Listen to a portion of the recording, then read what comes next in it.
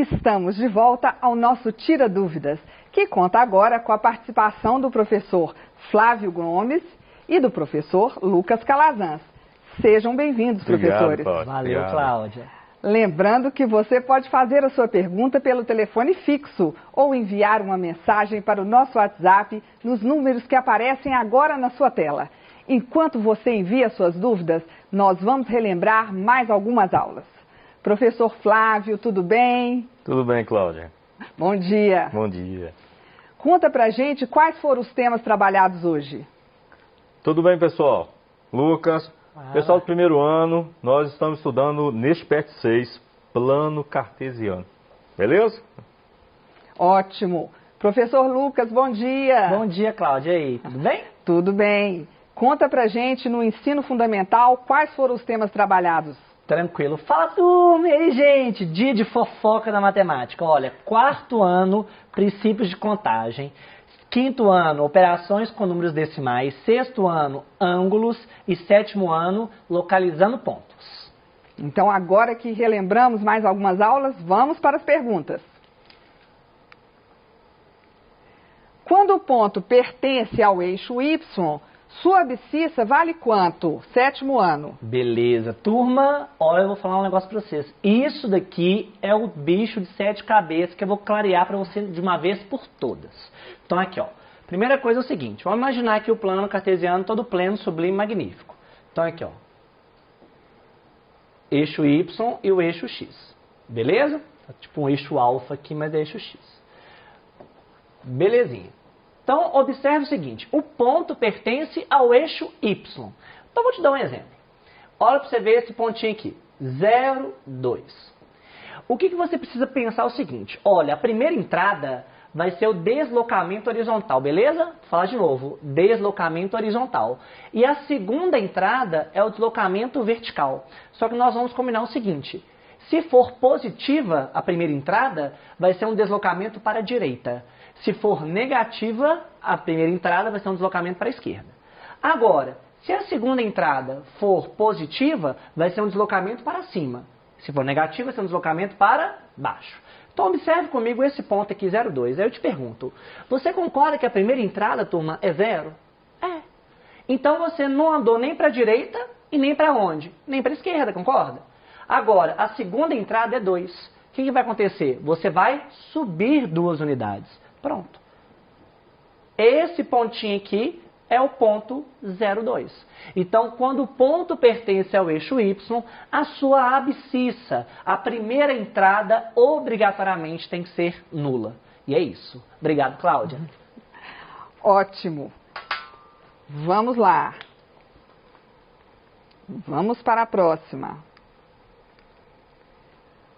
Primeiro ano, qual a utilidade do plano cartesiano? Tudo bem, pessoal? Obrigado pela pergunta. Olha só que bacana o conteúdo do Lucas com o nosso plano cartesiano. Eu nem vou para o quadro agora, tá? Medir grandezas. Gostei do exemplo do Lucas aqui agora, fantástico, Lucas. Porque esse é o exemplo que a maioria erra. Você acabou de assistir. Gente, se tem algum número que é nulo ou está em cima de algum eixo, você tem que determinar, está no eixo Y, x é igual a 0. A forma que você explicou foi fantástica, tá, Lucas? Valeu. Perfeito. O ponto está em cima do eixo x, ou da abscissa, então o y é igual a 0. Dá para medir grandezas. Sabe uma coisa? Eu sempre gosto de fazer essa comparação. Na minha época, quando eu era novo, que eu já sou bem velho, tá, Lucas? Não sou novinho, não. A gente comprava pão pela unidade. Você pode usar um plano cartesiano para comprar pão. Hoje está no quilo. É a mesma lógica. Dá para a gente fazer essas comparações. Muito usado na física, também na química, na matemática também, lógico. Beleza? Obrigado pela pergunta. E agora nós vamos responder a Heloíse Rodrigues, da Escola Municipal Maria de Lourdes. Quinto ano. Pode ter mais de 3 números antes da vírgula, professor Lucas? Vamos lá. Pode sim, pode sim. Os meus exemplos foram apenas um algarismo, né? Então, o que acontece? Existe uma diferença da palavra número com a palavra algarismo. Então, a sua pergunta está na palavra algarismo. Então, imagine aqui, ó. Imagine que você tenha esse número aqui, ó. Como que nós vamos escrever de maneira correta esse número?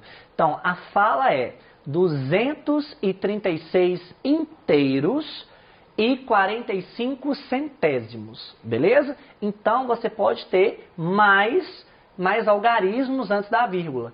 Então, você vai falar bonitinho 236 com a palavra inteiros, né? E 45 centésimos. Lembrando aqui, ó, centésimos. Lembrando que essa casa aqui é décimo, essa casa aqui é centésimo. Tranquilo? Ô Lucas, pode ter mais algarismos após a vírgula? Pode. Só que você vai entrar em outras casas decimais. E o nosso objetivo é trabalhar este ano com décimo, centésimo e milésimo. Belezinha? Obrigado, Cláudia. Ótimo. Primeiro ano. Por que não podemos determinar um ponto do plano cartesiano colocando o y antes do x? Vamos lá, vamos desenhar? Vamos desenhar. Vamos lá. Ó, assiste a aula do Lucas. Vocês vão amar a aula do Lucas. Vocês vão achar muito fácil. Olha só. Vamos pegar um exemplo. Bem simples, né? Não desenha igual você não, Lucas, tá? X, Y ou abscissas e ordenadas. Pensa aí comigo. Eu tenho um ponto que vale... Vou colocar aqui. Ponto 1. Ele vale 2 e 4. 2 e 4. Aí eu lembro da Silvana, eu até citei a Silvana na aula. Abraço, tá, Silvana?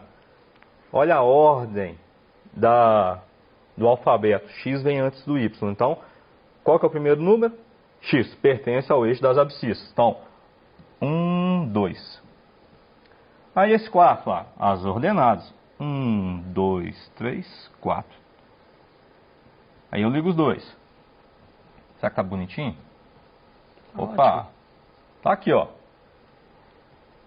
Mas eu fiquei empolgado. Eu já vi lá no gráfico, tá lá 4 e 2. Eu vou lá e escrevo ele assim, ó. 4 e 2. Tá certo? Tá certo? Lógico que não. Tá errado. Por quê? O 4 e 2 seria isso aqui, ó. 4, 1, 2 e 2. Ligando aqui, olha. Eu te pergunto. Vou devolver a pergunta. É a mesma coisa? Não, não é a mesma coisa. Então, de novo. Abscissa e ordenada. Nessa ordem. X vem antes do Y. Beleza? Não erre. É anormal errar. Ok? Então, vamos batalhar aí, manter o foco para não errar mais. Obrigado. Certo. E agora nós vamos responder a Gabriele, da Escola Estadual João Ferreira de Freitas. Ela é de Ibirité, do 7º ano. Pode explicar, professor, como localizamos pontos negativos? Sim, sim, sim. Galera, então, o objetivo do sétimo ano, né? 7º ano. 7º ano foi localizando pontos. Então, nós brincamos com GPS, nós brincamos com xadrez, nós fizemos questões até, né? Vocês vão ver que nas aulas posteriores aí, que vai apresentar também de plano cartesiano, e além disso, nós vamos fazer questão até de OBMAP. Mas, voltando à pergunta da Gabi, né? Da Gabi, a ideia é o seguinte: como que nós localizamos pontos negativos? Então, desenhando novamente o plano cartesiano aqui, o que nós vamos ter? Você tem aqui o eixo Y e você tem aqui o eixo X. Beleza? Então, eu vou colocar dois pontos para a gente localizar. Então, imagine aqui que você tem um ponto menos 2 e 1. Menos 2 e 1. Como que você vai localizar esse ponto? Primeira coisa, eu costumo dividir, igual o Flávio fez, os eixos, né, numa escala apropriada aqui. No caso aqui, menos 1, menos 2. Aqui, 1, 2, 3. E aqui, 1, 2, 3. Já basta aqui pra gente. O que esse menos 2 indica? Então, imagine que você está aqui. Esse menos 2 indica que você vai andar 2 unidades para a esquerda. Taranã, taranã, parou aqui. Essa entrada aqui, 1, significa que você vai subir uma unidade. Você vai subir uma unidade. Então, você vai parar onde? Aqui. Agora, no momento de conexão, o que você pode pensar? Você pode falar que o X é menos 2 e que o Y vale quanto? O Y vale 1. Então, para você localizar coisas negativas, você tem duas opções. Se o negativo estiver na primeira entrada, você vai avançar para onde? Para a esquerda. Agora, se o negativo estiver na segunda entrada, você vai descer. Então, se aqui fosse -2, -1, o -1 estaria aqui, aí você teria que ligar esse pontinho aqui. Fechou? Então, repetindo. Negativo na primeira entrada, deslocamento para a esquerda. Negativo na segunda entrada, deslocamento para baixo. Obrigado, Cláudia. Entendido. E agora do primeiro ano, é possível fazer um gráfico de uma função somente pela lei que a rege? Sim, sim. Vamos lá, vamos escrever. Vai ficar mais fácil. Vamos lá. É bacana ter aula com o Lucas. Estou elogiando bastante os professores aqui, porque, gente, eu dependo deles, tá? Muito deles. Porque a maioria tem dificuldade, eu sei disso. Ficar fingindo que isso, não, é só treinar mais. É sim, tem que treinar mais, mas é normal. Vamos lá, vamos pegar um caso aqui, olha. Y é igual. Vamos pegar um exemplo qualquer. 2x mais 4. Vou pegar um segundo exemplo. 2x, estou inventando, tá, pessoal? Eu não pensei nada a respeito, mais 6. Será que vai ficar bonito? Aí eu pego um outro caso aqui, olha. Só mais um. Que eu gosto muito. Trabalhar com números binários. 2 elevado a 3. Deixa eu alterar isso aqui. Vou colocar x. Que aí eu posso trabalhar qualquer número real. Quando você bate o olho na lei, você consegue determinar qual função e qual o gráfico que ele representa. Olha só. Vamos fazer um gráfico aqui. Tomara que eu não invada o espaço da Vânia. Olha, aqui é Y e aqui é X. Olha só, eu vou chamar aqui de 1, 2 e 3.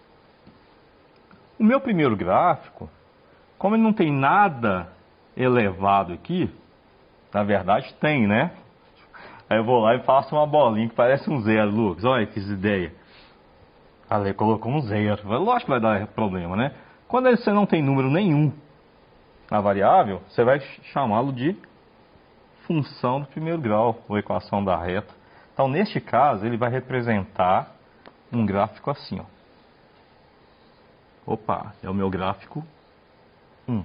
É um exemplo, é um dos exemplos, tá, gente? Só esse primeiro aqui, a gente poderia trabalhar com ele pelo menos de 6 formas diferentes. Trabalhando com crescente, decrescente, linear, identidade, dá para trabalhar a constante também, é um caso à parte, mas não vou colocar.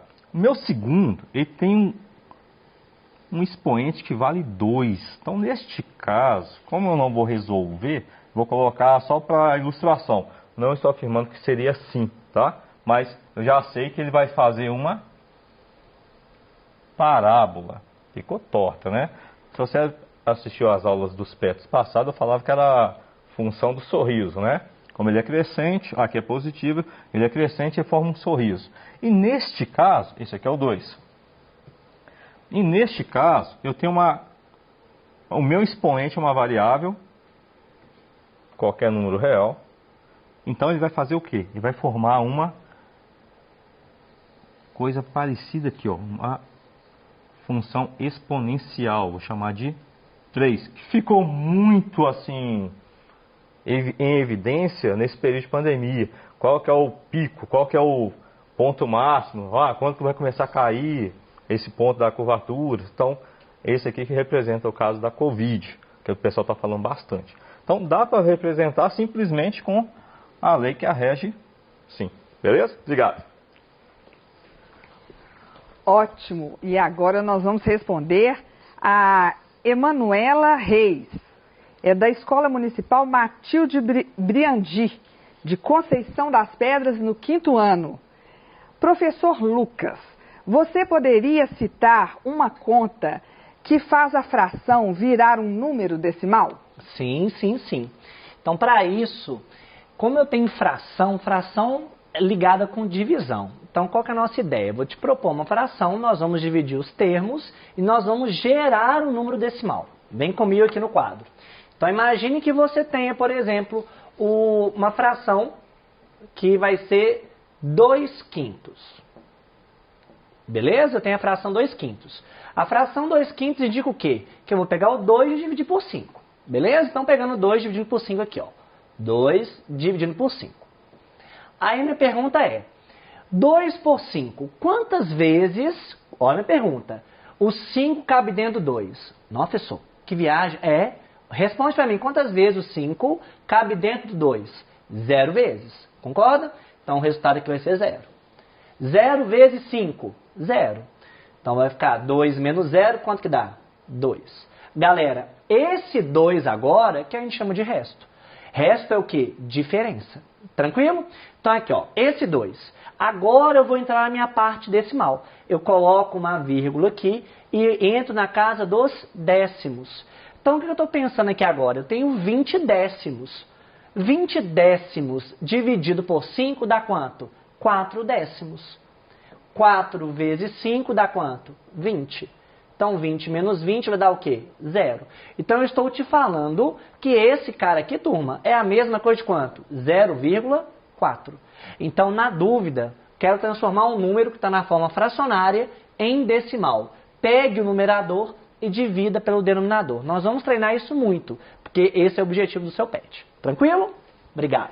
Entendido. Primeiro ano, há uma forma mais simples de não errar os quadrantes? Não sei. Me ajuda, Lucas. Olha, a questão da ordem dos quadrantes é lembrar no sentido anti-horário. Sempre. Né? Primeiro, segundo, terceiro e quarto. E lembrar dos sinais, né? Positivo, onde é positivo, Isso. onde é negativo, para não ter erro. Mas é igual eu falei até nas minhas aulas, que no 7º ano a gente tem essa abordagem também, lembrar sempre de deslocamento. Eu acho que é uma forma de você não errar, principalmente os pontos que pertencem aos eixos, Sim, né? sim. Que é, no caso da primeira série, mexe muito com raiz, mexe muito onde corta a parábola no eixo Y, coisas assim. E também a questão da função do plano cartesiano, que pode ser de localização, por exemplo, de um GPS. Você está brincando com um jogo, por exemplo. Eu gosto muito de RPG, vamos supor. E você tem jogos de RPG que você tem gráfico de radar, onde você tem que abordar as características dos personagens, pontuando elas. FIFA, por exemplo, é um jogo que ocorre isso. Né? Eu adoro FIFA, hashtag adoro FIFA. E coisas do cotidiano, por exemplo, o GPS, a aplicação do Waze. Então, o objetivo é lembrar a ordem dos quadrantes e localização dos pontos, né, nos eixos. Pronto. Não quer macete melhor que esse? Valeu, Lucas. Valeu. Entendido.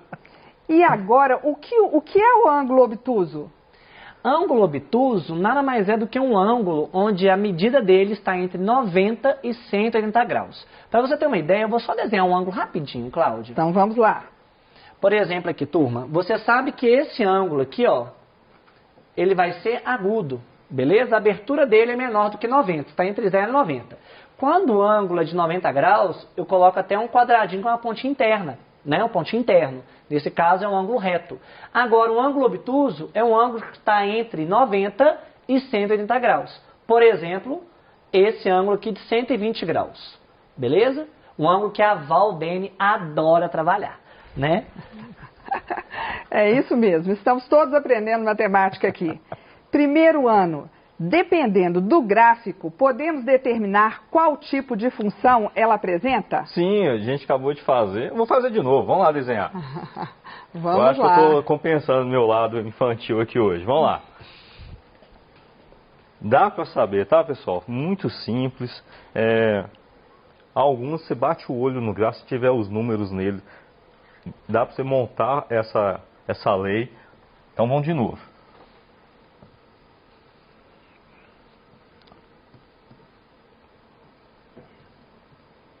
Olha, vou fazer vários.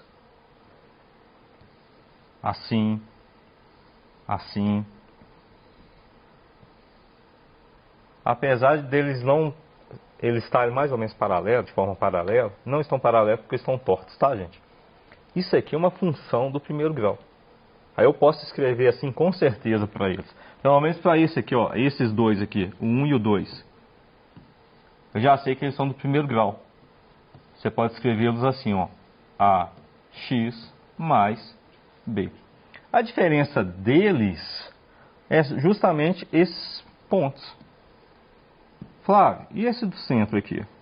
Esse do centro, ele também é uma função de primeiro grau, só que ele é um caso especial. Eu chamaria ele de função linear. Ele não tem o valor do coeficiente b. Viu? Pronto. Ah, então quer dizer que toda a reta, sim, toda a reta é uma função onde y é igual a x mais b. Onde a e b são os coeficientes, são números reais. Beleza? Simples. Agora, deixa eu apagar... Não, vou apagar tudo, né?